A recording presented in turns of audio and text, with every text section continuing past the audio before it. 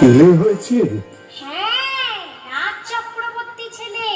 ও চল চল, বড় রানী আর তার ছেলেকে দেখে আসি। চল। না না রাজামশাই, তা হবে না। কেন? গণনা করে দেখেছি, এখন ছেলের মুখ দেখলে আপনার চোখ বন্ধ হয়ে যাবে। সে যায় যাবে। তা হয় না রাজামশাই, তা হয় না। আগে ছেলের বিয়ে দিন, তারপর ছেলের মুখ দেখবেন। ছেলের বিয়ে? সে তো অনেক দেরি। 10 বছর। 10 বছর? বেশ, তাই হবে। তুই যখন বলছিস। মন্ত্রীমশাই। বলুন মহারাজ। মন্ত্রীমশাই, আজ বড় শুভ দিন। এতদিন পরে ছেলে পেয়েছি। পথে পথে আলো জ্বালান, বাজি পোড়ান, রাজ্য জুড়ে আনন্দ করার হুকুম দিন। আপনার আদেশ শুনেই কাজ হবে মহারাজ। দেখতে দেখতে 10 বছর পূর্ণ হলো। একদিন রাজা বাঁদরকে ডেকে বললেন, আরে 10 বছর তো পূর্ণ হলো, তো এবার ছেলে দেখা। আগে ছেলের জন্য মেয়ে দেখুন, ছেলের বিয়ে দিন, তারপর ছেলের মুখ দেখবেন। পাত্রীর খোঁজে মহারাজা দেশ বিদেশে লোক পাঠালেন। কত দেশের কত রাজকন্যার সন্ধান এলো, রাজার একজনকেও পছন্দ হলো না। শেষে পাটলি রাজ্যের রাজকুমারীকে দেখে রাজার খুব পছন্দ হলো। আর পছন্দ হওয়ার মতোই তো রাজকুমারী, যেমন সোনার মতো গায়ের রং, ধনুকের মতো বাঁকানো জোড়া ভুরু, চোখ দুটো টানা টানা, মাথার চুল এলিয়ে দিলে পায়ে এসে পড়ে। রাজা বাঁদরকে ডেকে বললেন, শোন শোন না, আমার পাত্রী পছন্দ হয়েছে। কাল শুভ লগ্ন আছে, কালই আমি ছেলের বিয়ে দেবো। ঠিক আছে, কালই রাজকুমারের বিয়ে হবে। রাজামশাই, আপনার সেই কথাটা মনে আছে তো? কোন কথা?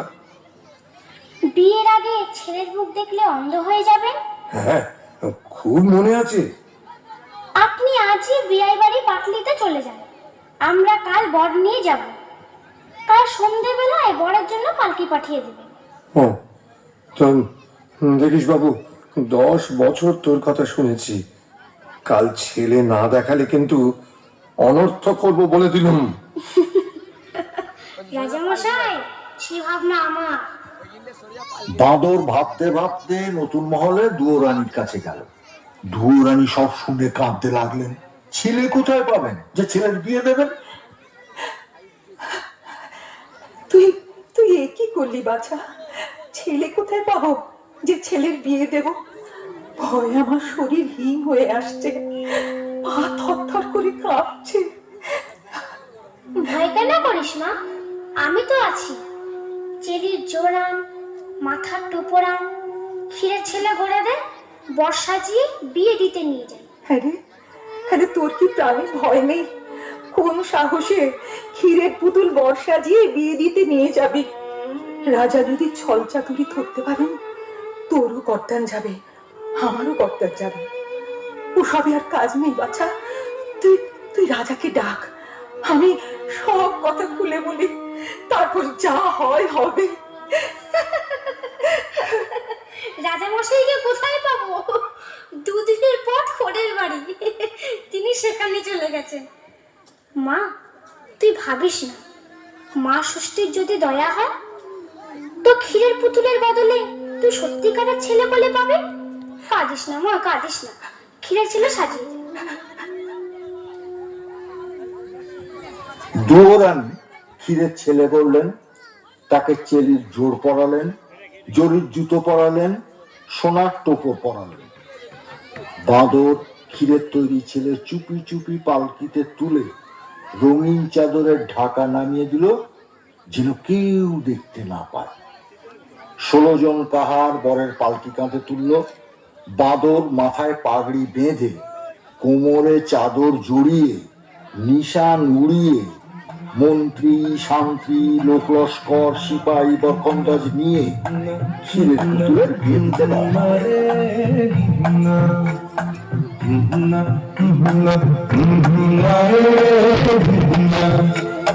পালকি কাঁধে 16 কাহার, চলছে ছুটে শব্দ তাহার, ছন্দে বোনা যাচ্ছে সোনার, বাতাসে তারা নগনা যায় ছাড়িয়ে পারো পার, যায় ছাড়িয়ে এপারো পার, সাগর নদী দূরের পাহাড়। হুন্না রে হুন্না, হুন্না রে হুন্না, হুন্না হুন্না, হুন্না রে হুন্না, হুন্না হুন্না, হুন্না রে হুন্না।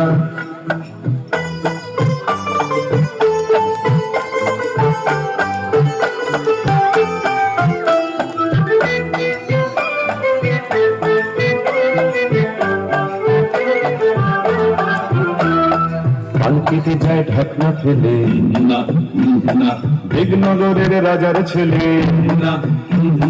পালকিতে যায় ঢাকনা ফেলে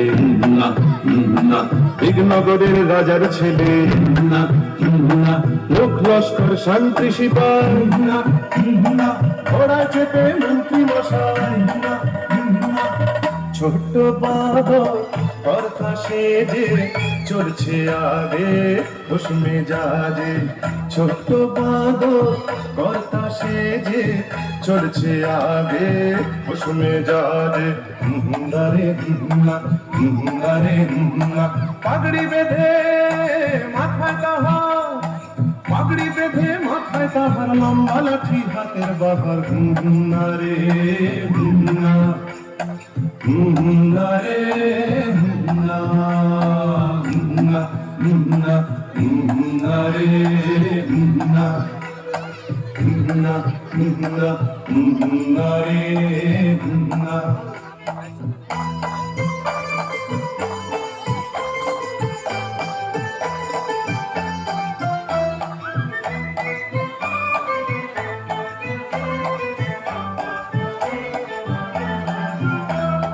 পথ চলেছে একে দেখে না, সাবধানে পথ চলছে দেখে না, পথ চলেছে একে দেখে না, সাবধানে পথ চলছে দেখে না, মশা জলে বাদ্যি বাজে না, চলছে সবাই বিয়ের সাজে না, পা চালা সব তাড়াতাড়ি, আর কত দূর কনের বাড়ি।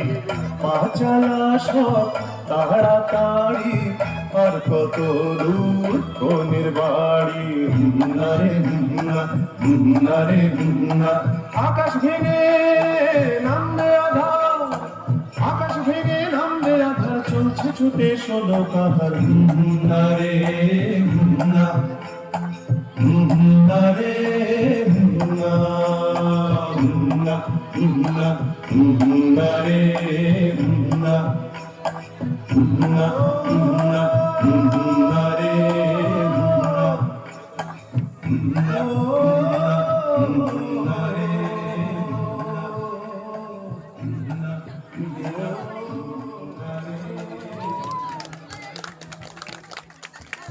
দাদু তারপর কি হলো? তারপর সারা রাত বাজনা বাজিয়ে আলো জ্বালিয়ে বর্ষে থামলো দিগনগর রাজ্যের শেষ সীমায় এক দিঘির পাড়ে। দিঘির পাড়ে একটা মস্ত বড় বটগাছ, বটগাছের নিচে মা ষষ্ঠীর মন্দির। গ্রামের বৌঝিয়েরা রোজ এসে মন্দিরে পুজো দিয়ে যায়, তবেই মা ষষ্ঠীর খাওয়া হয়, খিদের জ্বালা মেটে।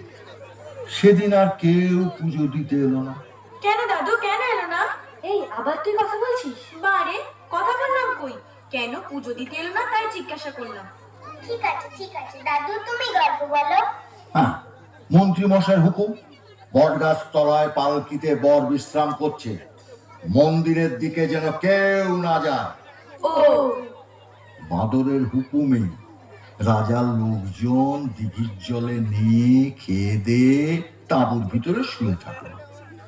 এদিকে যত বেলা বাড়তে লাগলো, মা ষষ্ঠী খিদের জ্বালায় ছটফট করতে লাগলেন। মা ষষ্ঠীর চেলা বিড়ালরা মেউ মেউ করে কাঁদতে লাগলো।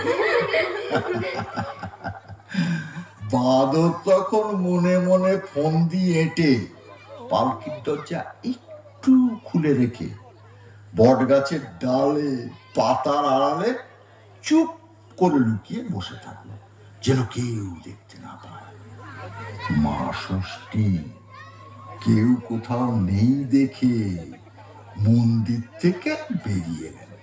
যাক, কেউ কোথাও নেই।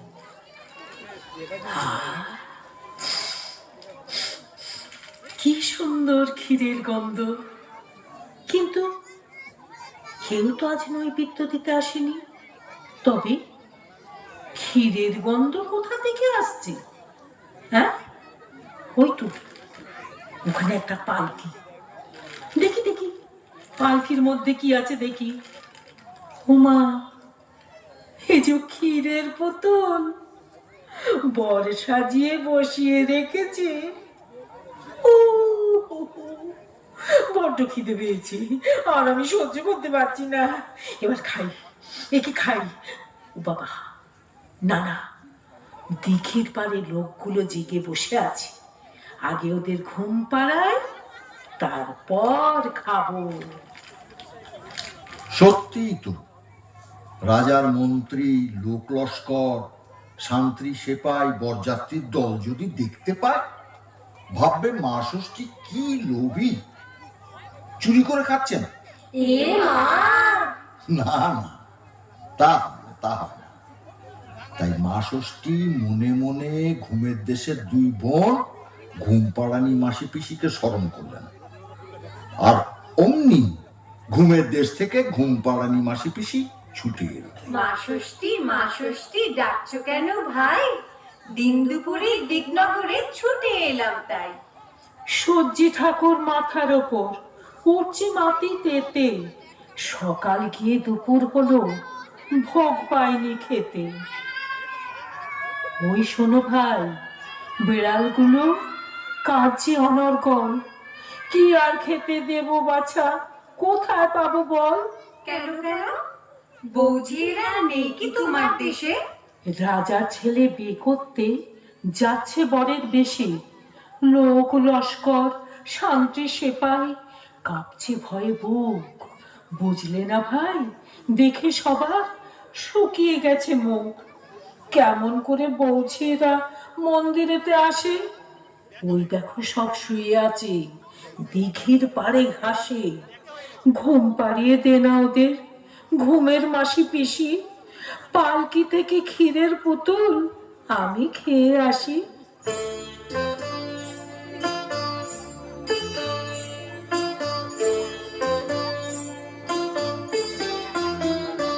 আমি ঘুমের পিসি, আমি ঘুমের মাসি, আমি ঘুমের পিসি, আমি ঘুমের মাসি। আমরা দুজন যখন তখন ঘুম পাড়িয়ে আসি। আমি ঘুমের পিসি, আমি ঘুমের মাসি, আমি ঘুমের পিসি, আমি ঘুমের মাসি।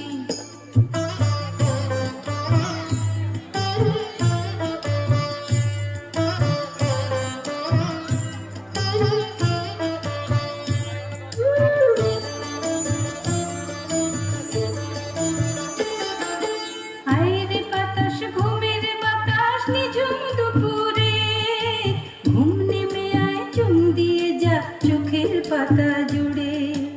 আইরে বাতাস, ঘুমের বাতাস, নিঝুম দুপুরে ঘুম নেমে আয়, চুম দিয়ে যা চোখের পাতা জুড়ে। মন্ত্রী ঘুমোয়, শান্তি ঘুমোয়, ঘুম হলো দাস দাসী। আমি ঘুমের পিসি, আমি ঘুমের মাসি, আমি ঘুমের পিসি, আমি ঘুমের মাসি, আমি ঘুমের পিসি, আমি ঘুমের মাসি। সবাই ঘুমিয়ে পড়ল। ঘুমোয়নি কেবল গাছের ডালে লুকিয়ে থাকা ছোট্ট বাদর। বুঝলে না, বাদর তো আর মানুষ না, পশু, তাই সে ঘুমোয়নি। সে তার ছোট ছোট চোখ মেলে সব দেখছে। মা ষষ্ঠী আস্তে আস্তে পালকির দরজা খুললেন, ক্ষীরের ছেলে তুলে নিলেন। বাহ, কি সুন্দর! কোনটা আগে খাই? কোনটা আগে খাই, মাথাটা খাই না পেটটা খাই না হাতটা খাই? না, মাথাটা আগে খেয়ে ফেলি। কি সুন্দর, পেটটা কিরম তুলতুল করছে, পেটটা খেয়ে নেই। এবারে পাটা খাই। তারপর তাড়াতাড়ি মুখ মুছে যেই মন্দিরের মধ্যে ঢুকতে যাবেন, অমনি বাঁদর ঝুপ করে গাছ থেকে লাফিয়ে পড়ে মা ষষ্ঠীর আঁচল টেনে ধরলো। কোথায় যাচ্ছ মা ঠাকুরন? ভেবেছো কেউ দেখতে পাইনি? ক্ষীরের ছেলে চুরি করে খেয়ে পালাচ্ছ? আমি সব দেখেছি। আমার হে মুখ পোড়া বলে কি, সব আমি পালাই। পালাতে তোমাকে দিচ্ছে কে? আগে ছেড়ে দাও, তবে ছেড়ে দাও। চুপ কর, আসতে বল, কে কোথায় আছে শুনতে পাবি। শুনুক, লোকে জানুক, মা ষষ্ঠী আমার ক্ষীরের ছেলে খেয়ে ফেলেছে। লোভী কথাকার। খেয়েছি, খিদে পেয়েছিল তাই খেয়েছি। এই যে মা ষষ্ঠী, আমার ক্ষীরের ছেলে ফেরত দাও। এই দেখ, এখন কোথা থেকে পাবো বল? তা জানি না, মা আমার ক্ষীরের ছেলে গড়িয়ে দিয়েছে, বিয়ে দিতে নিয়ে যাচ্ছি। রাজামশাই পাটলিনগরে বিয়ে বাড়িতে অপেক্ষা করছেন। আমরা ছেলে নিয়ে পৌঁছলে ছেলের বিয়ে দেবেন। ছেলে নিয়ে না গেলে রাজামশাই আমার মাথা কাটবেন, মায়েরও মাথা কাটবেন। আমার ক্ষীরের ছেলে ফেরত দাও, ফেরত দাও। এই দেখো, এ তো মহা মুশকিলে পড়লাম। আমি সব ভাইকে বলে দেবো তুমি দেবতা হয়ে ক্ষীরের ছেলে চুরি করে খেয়েছো। দাঁড়া বাবা, দাঁড়া, দেখি কি করতে পারি। হ্যাঁ, হয়েছে। এই ওই দেখ না, ওই বটতলায় আমার ছেলে মেয়ের দল সব খেলা করছে। ওর মধ্যে যে ছেলেকে তোর পছন্দ হয় তাকে তুই নিয়ে যা। হ্যাঁ রে, আমার বরে দৌড়ানি তাকে নিজের ছেলে মতো করে দেখবে। কই কাউকে তো দেখতে পাচ্ছি না। এই স্বপ্নের রাজ্য, আমি বর না দিলে কিছুই দেখতে পাবি নে। এই নে তোকে দিব্য দৃষ্টি দিলাম। এবার দেখ, চোখ চেয়ে দেখ, সব দেখতে পাবি।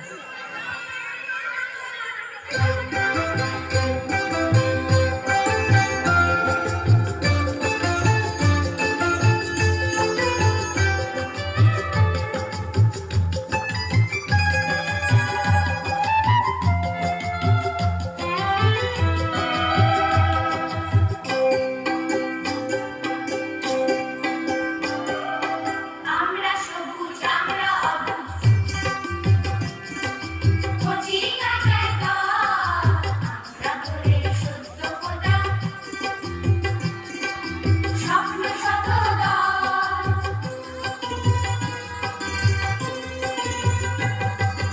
আজকে ঘুরি, কালকে হব রঙিন রঙিন ফুল, স্বর্ণে ভরে, গন্ধে ভরে সবাই রাখুন। আমরা হাসি খেলি কেন নদী কলকল, আমরা ভরে সত্য ফোঁটা, স্বপ্ন শত দল, স্বপ্ন শত দল, স্বপ্ন শত দল। বাঁদর দেখলো বটগাছ তলা ছোট ছোট ছেলে মেয়েতে ভর্তি, আমাদের মতো? ঠিক তোমাদের মতো। কেউ দস্যি, কেউ লক্ষ্মী, কেউ বাঁশি বাজাচ্ছে, কেউ পায়ে নুপুর বাজিয়ে কচি কচি হাত ঘুরিয়ে নেচে গেয়ে বেড়াচ্ছে। সেই ছেলে মেয়ের মধ্যে একটা ছেলেকে বাঁদরের খুব পছন্দ হলো। ছেলে না তো, যেন রাজপুত্তুর। বাঁদর ছেলেটাকে তাড়াতাড়ি কোলে তুলে নিল।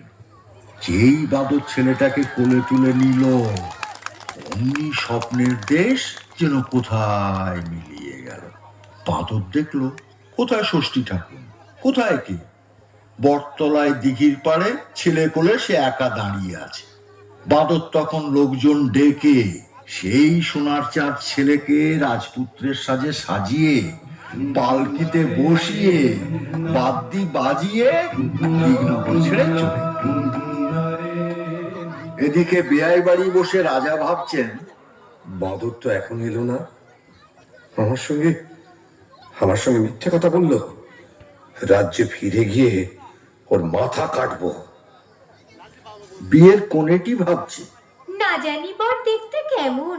মেয়ের মা বাপ ভাবছে, আহা! বুকের বাছা পর হয়ে যাবে। দাস দাসীরা ভাবছে, কাজ কখন সারা হবে? ছাদে উঠে বর দেখবো।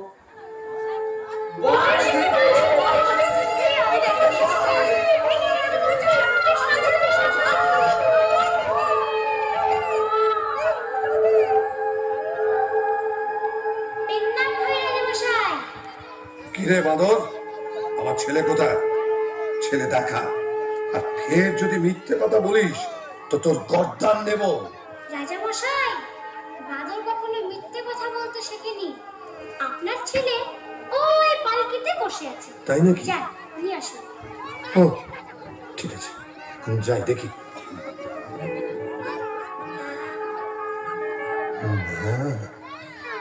কি সুন্দর! বাদর তো মিথ্যে কথা বলেনি। এসো বাবা, এসো এসো আমার সঙ্গে, এসো এসো এসো এসো এসো। ছেলেকে পেয়ে রাজামশাইয়ের খুব আনন্দ। ছেলের হাত ধরে নিয়ে এসে সবাই বসালেন। ও মা, কি সুন্দর বর! কি সুন্দর জামা! বর, কি সুন্দর! কি সুন্দর বর! পাটলি রাজ্যের রাজা মেয়ের হাত জামাইয়ের হাতে সঁপে দিলেন। দিগনগরের রাজার ছেলের সঙ্গে পাটলি রাজার মেয়ের বিয়ে হয়ে গেল। রাজা ছেলের বিয়ে দিয়ে তার পরদিন ছেলে বউ নিয়ে বাঁদরের সঙ্গে দেশে ফিরে গেলেন। বিয়ের বাজনা শুনে বড় রানী দুয়োরানীর বুক ভয়ে কাঁপতে থাকে। কি জানে বাঁদর আবার কি অঘটন ঘটিয়ে বসে আছে। নতুন মহলের দাস দাসীদের আনন্দ আর ধরে না।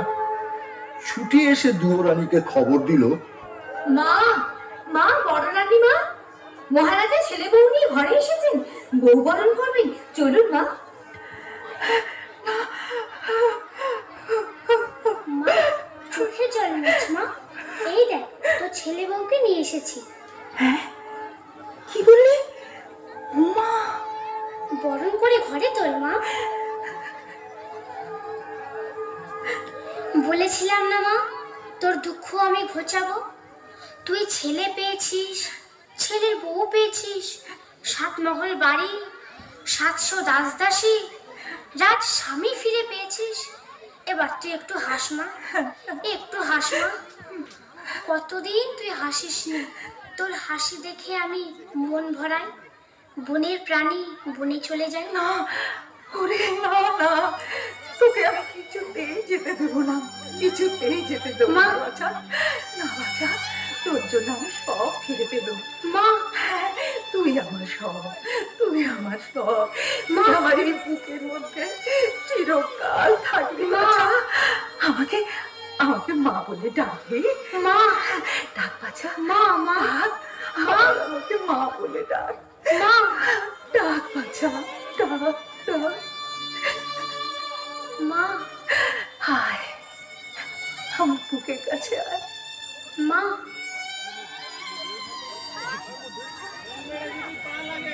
রাজার মনে আনন্দ আর ধরে না। মায়া রাজ্যের 8000 মানিকের 8 গাছা চুড়ি, 10 ভরি সোনার 10 গাছা মল, মুক্তোর হার, নীল রেশমের নীল শাড়ি ছেলের বউকে পরিয়ে দিলেন। রাজামশাই বাদরকে কিছু দিলেন না? দিলেন না মানে? নিশ্চয়ই দিলেন। রাজা ছেলের হাতে রাজ্যের ভার দিলেন, আর বাদরকে সেই রাজ্যের মন্ত্রী করে দিলেন। বাবা, কি মজা! বাদর হয়েছে মন্ত্রী, বাদর হয়েছে মন্ত্রী। তোরা থাম তো। দাদু, ও দাদু, বলো। ছোট রানী সুয়োরানীর কথা বললে না তো? সুয়োরানীর কথা আর কি বলবো। বন্দিশালায় খবর যেতেই সুয়োরানী হিংসায় বুক ফেটে হঠাৎ করে মরে গেল। বেশ হয়েছে, ভালো হয়েছে, যেমন কর্ম তেমন ফল, যেমন কর্ম তেমন ফল।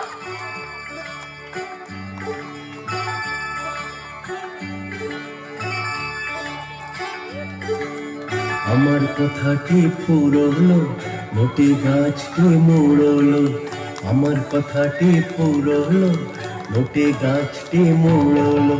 ক্ষীরের পুতুল গল্প শুনে মনটা তোদের জুড়লো। আমার কথাটি ফুরলো, নোটে গাছটি মুড়লো।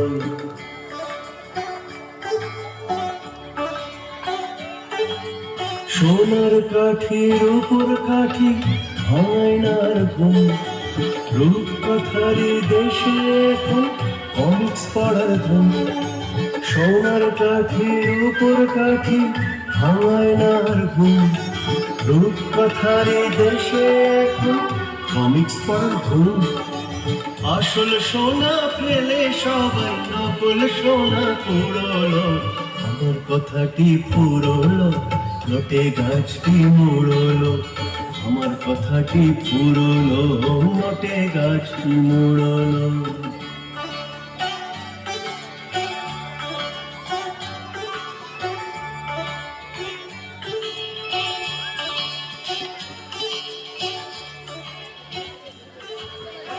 এখানেই আমাদের শেষ হলো।